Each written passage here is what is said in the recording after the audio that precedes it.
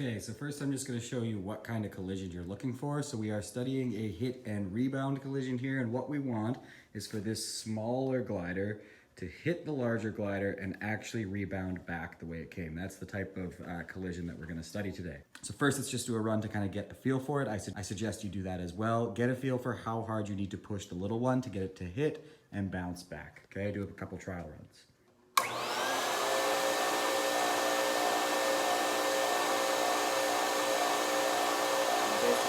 Okay, now let's take a look at how we're going to measure some stuff. So whenever we're studying a collision through the conservation of momentum, we're going to need to know about everything before and everything after, right? Specifically the masses and the velocity. So there are two objects, each with initial and final velocities. However, this big guy's initial velocity is going to be 0, so we don't need to worry about measuring that, and that leaves 3 velocities we need to measure.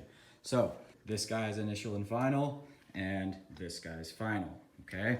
So to get this glider's initial, what we're gonna do is use ticker tape that's attached there, okay? So it's probably been a while since you used ticker tape, so just a reminder how it works. Press the button, you can hear it ticking, and what that's doing is making little marks on the tape.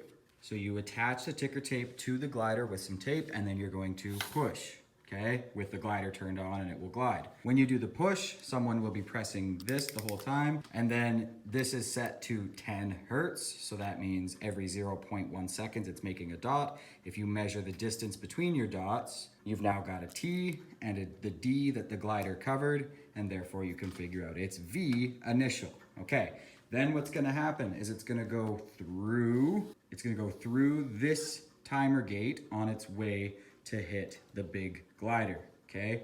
Now how a timer gate works is that there's a beam there, and whenever it's broken, you can see the timer starts to run. So when this goes through, it's breaking the beam, and it's now saying, okay, this thing that is 143 millimeters wide took that long to go through. Now here's the thing, and this is probably the trickiest part of this whole lab, okay? We already got its V on the first time through from the ticker tape, right? That was the point of the ticker tape. So we don't want that one. We're not gonna use that T to calculate its V here. We already know that V. But the timer gate doesn't know that. It's still gonna record that time. So what you need to do is I would just assign one person this to be their only job, okay, is watching.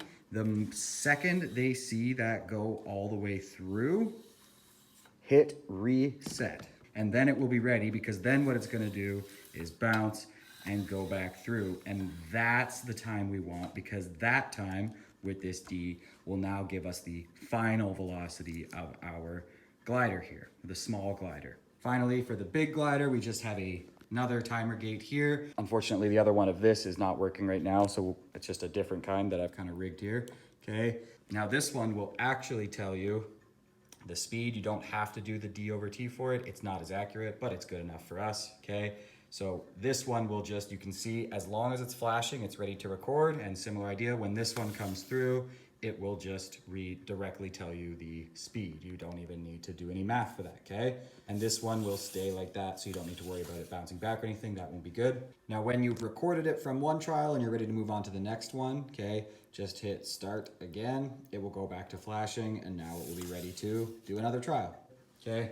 So to review, you're going to get the initial V with the ticker tape here, right? Make sure you've gotten a bit of a feel for the push, how hard it needs to be. It's gonna go through. You don't want that time, so you reset as soon as you see it clear. It's going to bounce back if you've done it right. That's the time we do want. Now you've got D over T. That's this thing's VF. Finally here, this is just going to straight up tell you VF for the big cart. And VI for the big cart, of course, was 0.